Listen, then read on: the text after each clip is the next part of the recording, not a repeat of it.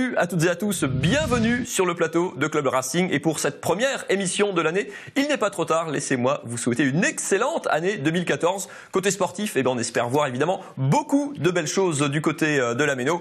Et pour m'accompagner lors de cette première émission, car ni les années ni les saisons n'ont de prise sur lui, Fernand Weber, bonjour. C'est gentil ça, bonjour et bonne année à tout le monde. Et à vos côtés, nous sommes très heureux d'accueillir un des Alsaciens pur jus du Racing Club de Strasbourg, Jérémy Grimm, bonjour. Bonjour à vous. Le Racing qui en termine avec 3 semaines de trêve, un petit peu forcé. Élimination en Coupe de France oblige. Il y a eu 8 jours de vraies vacances. Les pros ont repris l'entraînement à la fin du mois de décembre. Et les affaires sérieuses reprennent ce vendredi soir. Réception de Colomiers, vendredi soir donc, coup d'envoi 20h à la Méno. Jérémy, les vacances ont fait du bien ou on a hâte de reprendre quand même? C'est vrai que c'était court, mais bon, je pense qu'on a rechargé les batteries.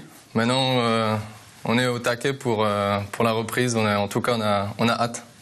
On va parler de cette rencontre et puis de la suite de la saison du Racing dans quelques instants. On va quand même commencer par revenir un petit peu sur votre carrière, Jérémy. Né à Ostheim, dans le Haut-Rhin, fin de formation en tout cas, au Racing Club de Strasbourg. Vous y gagnez la Gambardella en 2006. Une petite saison en Suisse et alors depuis, pareil, parcours 100% alsacien. Ça a commencé du côté de Colmar. On est allé chercher quelques images, justement, regardez avec, vous y avez joué 5 saisons. La montée de CFA en national avec ce match, notamment à Mulhouse. Avec ce but décisif presque de la tête pour la montée en nationale. Vous avez joué 3 saisons en nationale au SRC, parcours en Coupe de France également. Ça reste quoi cette saison-là, la montée avec le parcours en coupe, vos plus beaux souvenirs de votre carrière jusqu'à présent? Oui, je pense que c'était une belle année entre la Coupe de France et le championnat. C'était des super moments. Maintenant, je pense que en résumé, j'ai passé 5 bonnes années à Colmar, donc j'en profite aussi pour remercier tout le monde, que ce soit le président, le coach, le vice-président, tout le monde, quoi, que ce soit les supporters aussi, c'était que du bonheur. Vous avez passé donc 5 saisons. L'été dernier, vous dites le changement d'air pourrait me faire du bien. On vous attend du côté d'Amiens, puis vous signez du coup presque en dernière minute au Racing Club de Strasbourg. Comment ça s'est fait ce transfert au Racing? Ouais, c'est vrai que m'a sollicité, plusieurs clubs m'ont sollicité, et c'est vrai que voilà, j'ai préféré rester en Alsace, proche de ma famille, donc voilà pourquoi j'ai préféré rester ici. Il y avait eu une petite saison en D2 Suisse à Delémont après votre formation au Racing. À part ça, comme dit, toute votre carrière, elle s'est passée en Alsace, comme dit au SRC, au Racing maintenant. C'est un vrai choix de rester dans la région ou c'est plus le parcours qui a fait que? Oui, en Suisse, j'ai passé une très bonne année, c'est vrai, mais je mangeais trop de chocolat là-bas, donc je devais quitter ce pays, donc voilà, maintenant je me sens bien ici, donc voilà, je vais déployer, dérouler, encore évoluer et faire justement, m'améliorer, progresser dans cette belle région. On a souvent entendu Fernand qu'il n'y avait pas assez d'Alsaciens au Racing, c'est quand même un leitmotiv depuis que les joueurs bougent beaucoup depuis, on va dire, une vingtaine d'années. Pourtant, le public n'a pas toujours été tendre. Les Alsaciens des équipes successives du Racing n'ont pas toujours été les coqueluches de la Méno. C'est presque un spécimen rare que vous avez à côté de vous. Oui, on va dire ça. Ils ont été très bien. Le public à l'époque a été très bien avec ceux de 79. Ça, c'est évident. Et là, Dieu sait si on avait quoi. Ils étaient. On paye cette nostalgie peut-être. Justement, on paye cette nostalgie. Vous me sortez le mot de la bouche et c'était effectivement ça. Et je pense que depuis, tout le monde attend encore ces grands moments avec beaucoup d'Alsaciens. À l'époque, il y en avait 6, voire 7 ou 8 même en fonction des changements. Copéré, Gilbert, Grèce. C'était vraiment des grands joueurs tous. J'ai pas tous les cités, mais Gemrich. Il y a même eu des Alsaciens d'adoption, Tanter, Piazecki, le Lorrain d'adoption, etc., etc. J'ai que des grands noms. Mais depuis, c'est vrai qu'il y en a eu quelques-uns, c'est vrai. Mais ensuite, il y a eu tout le problème avec McCormack, etc. Et donc, à partir de là, il y a eu beaucoup de choses qui ont changé. On s'est moins appuyé sur le centre de formation, hormis les 2 années très importantes où il y a eu cette finale de Gambardella en 2003, de mémoire, plus la Gambardella remportée ensuite en 2006, tu me diras si je me trompe. Et là-dedans, effectivement, il y a eu des joueurs qui étaient très intéressants, mais qui néanmoins aujourd'hui ne sont plus dans notre belle région. Et il n'y a que Jérémy, si je me trompe pas, en tous les cas à ce niveau-là. Hein. Les autres, certains en Angleterre, Gamero par exemple en Espagne, tout ça c'était des superbes joueurs. Mais c'est vrai que là, on attend encore qu'il y ait à nouveau un contingent qui arrive de ce centre de formation avec beaucoup d'Alsaciens pour venir soutenir Jérémy. Rattrapez-le alors pour pas qu'il se sauve. Jérémy, les 3 semaines de trêve que vous avez eues qui prennent fin là demain, du coup c'est quoi? C'est l'occasion de jeter un coup d'œil dans le rétro. Comment vous analysez avec un petit peu de recul cette première moitié, quasiment moitié de championnat? Un petit peu difficile puisque le Racing est relégable pour l'instant. Quel regard vous portez sur cette première moitié de saison? C'est vrai que je pense que tous les Alsaciens attendent le Racing plus haut dans le classement.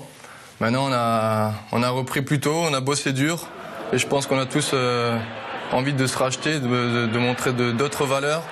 Et voilà, on est motivé à 100% et comme je me répète, on a hâte de rencontrer nos supporters, la Méno, et j'espère d'avoir les 3 points au bout. Racing, Colomiers, c'est donc demain à la Méno, les affaires reprennent. On va du coup vous rafraîchir un petit peu la mémoire, coup d'œil sur le classement de ce championnat de national. Dans la première moitié, Orléans a repris la tête devant Luznac et Ajaccio. Vous voyez que les SRC pointent à une superbe 5e place. Et dans la deuxième moitié du classement, le Racing relégable pour l'instant à égalité de points avec le Poiré-sur-Ville. Le Racing a même une meilleure différence de but, mais ça se joue au match particulier. Donc le Poiré est devant, Amiens, Uzès et Vannes sont juste derrière. Il y a en plus Jérémy et moi un début d'année assez chaud de ce point de vue-là, parce que Colomiers, alors c'est une équipe plutôt du ventre mou, on va en parler dans un instant, mais vous avez pas mal de confrontations à venir contre des concurrents directs, même s'il y a une coupure, parce qu'il n'y a pas de match la semaine prochaine. Janvier, février, vous avez jeté un œil déjà au calendrier, vous avez vu qu'il y avait des matchs chauds en perspective? Non, pas du tout. Tous les matchs, tous les week-ends, c'est des matchs tendus, des matchs très importants, donc voilà, enfin, personnellement, j'aborde tous les matchs de la même manière. Donc à 100% et justement de gagner tous les matchs. Donc voilà, il faut avoir cet état d'esprit et ne rien lâcher sur le terrain et être combatif, généreux et voilà, comme je disais avant, garder les valeurs du club.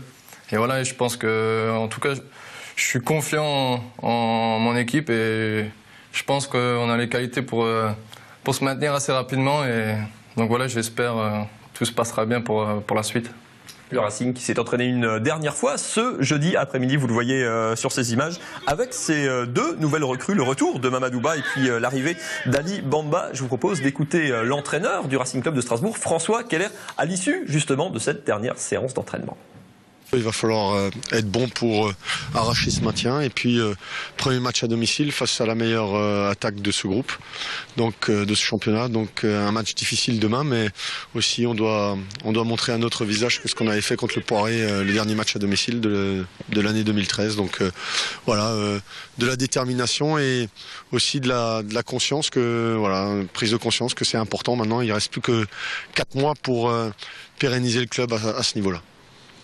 Alors l'adversaire du Racing demain à la Méno, c'est Colomiers. Alors moi, Fernand, je connaissais Colomiers pour le rugby, parce que c'est le club de Fabien Galtier notamment, d'autres internationaux, Sadourny du Sautoir. Mais alors, il y a aussi évidemment une équipe de football là-bas. Et alors la star, elle est close sur le banc de touche. Vous m'aviez dit que l'entraîneur c'était William Prunier. Ça parle à l'entraîneur que vous étiez. Oui, tout à fait. Prunier, c'est quand même pas n'importe qui. Je me suis amusé un peu à regarder sa carrière. Mais enfin, en même temps, avant de vous parler de William Prunier, je voudrais quand même situer un petit peu Colomiers, qui en réalité est quasi une banlieue de Toulouse, qui se situe à l'ouest de Toulouse. Il y a 35 000 habitants là-bas. Il baigne dans EADS, on va dire, comme pratiquement tout le monde là-bas dans cette région. Et c'est un promu, c'est un promu comme le Racing, il ne faut pas l'oublier. À l'heure actuelle, ils sont au milieu de classement, comme vous l'avez dit tout à l'heure.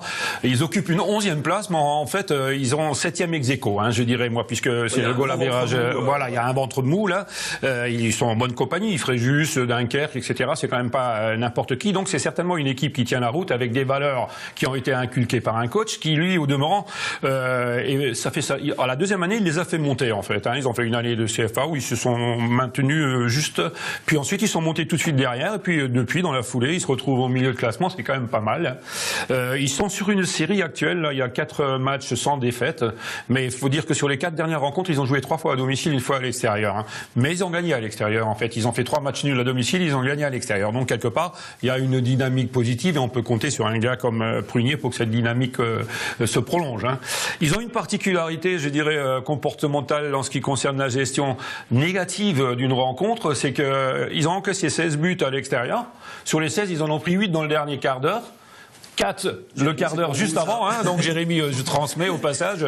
Je pense d'ailleurs que François a dû s'en rendre compte aussi, hein, et à aucun doute. Donc ils ont pris 12 buts sur 16 dans la dernière demi-heure. Je crois qu'il y a de quoi faire, et ça c'est pas du hasard. Hein. C'est certainement qu'il y a un souci à ce niveau-là. Est-ce qu'il est physique ou autre? Enfin ça, à vous de le trouver, j'ai envie de dire. Hein. Maintenant, en ce qui concerne William Prunier, quand même, je me suis aperçu que ce garçon, qui aujourd'hui il a 46 ans, je crois, il a quand même 20 ans de carrière derrière lui. Alors on le connaît tous à la GIA. Moi, je suis resté là-dessus. Hein. Oui, tout à fait. Il allait bien plus loin. Oui, exactement. Alors, il a fait 10 ans à la GIA avec un match, une cape en équipe de France contre le Brésil. C'est quand même pas n'importe quoi, hein, en 92, je crois. Et ils ont perdu 2-0. Ça, c'est juste pour l'anecdote, en réalité. Mais enfin, il s'est retrouvé avec une cape. 10 années à la GIA. On sait ce qu'il y a eu avec la GIA. Et derrière ça, il y a quand même pas eu n'importe qui. Hein. Il y a eu Manchester United, certes. 3 mois, il y a eu Naples pendant 1 an, il y a eu Montpellier pendant 1 an, il y a eu Toulouse. Par rapport à la Laurent Blanc, en fait, il est passé avant. Oui, tout à fait. Il a fait 10 clubs et vraiment des gros clubs et souvent des périodes qui ont été des périodes où ça tournait sérieusement. Hein, du côté de Manchester à l'époque, je crois même qu'il y avait Laurent Blanc. Donc c'est peut-être pour ça aussi qu'il a fait que 3 mois. Enfin, j'en sais rien, ça je suis pas sûr. Mais enfin, et il a terminé quand même par être un pionnier quelque part puisque sa carrière s'est achevée au Qatar. Hein, donc où il a tenu 6 mois probablement à cause des chaleurs. Il a dû faire l'hiver. En été, il est revenu certainement. Et puis il a endossé la cape d'entraîneur du côté de Cannes, où il a été le second de Stéphane Paille pendant 2 ans. Et puis après, il a pris un petit club de division d'honneur, juste dans le sud de Toulouse aussi, à côté de Colomiers en réalité. Et puis il a pris donc Colomiers il y a 2 ans et demi. Pour faire ce que je vous ai dit tout à l'heure, voilà, donc une belle carrière. Hein. Et puis il est hyper motivé. C'est quelqu'un qui vient au terrain à la Giroud, j'ai envie de dire. Un gagneur à l'ancienne, quoi. Avec les clés en poche, il a tout. Hein. Il est gardien du stade. C'est le patron. C'est le patron. Ouais. C'est un peu à la Giroud. À noter que son équipe, c'est un petit peu tout ou rien à l'extérieur. Hein. Colomiers, c'est 3 victoires, 4 défaites à l'extérieur, aucun match nul.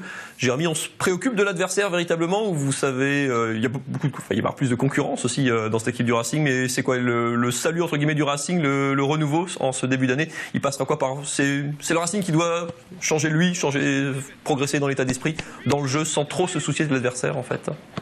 Oui, je pense. Il faut tout d'abord regarder sur nous. Chacun, on a la première partie du championnat, je pense que tout le monde a appris ses erreurs. Maintenant, tout ça c'est fini et il faut aller de l'avant, pas se poser de questions et justement donner le maximum sur le terrain et tout se déroulera parfaitement. Réponse demain soir, vendredi à la Méneux sur les coups de 22h. Vous saurez si le Racing commence bien cette année 2014. Racing Colomiers, coup d'envoi. Donc 20h à la Méneux, la suite du sport sur Alsace 20. Top Sport, bien sûr, lundi soir. Du basket en direct mercredi soir. La suite des aventures de la SIG en Eurocoupe. La réception de l'équipe ukrainienne du Khimik Yuzhny, puis Club Racing évidemment. Chaque jeudi à 19h40. Merci messieurs d'avoir participé à cette émission. Merci. Excellente fin de semaine à toutes et à tous.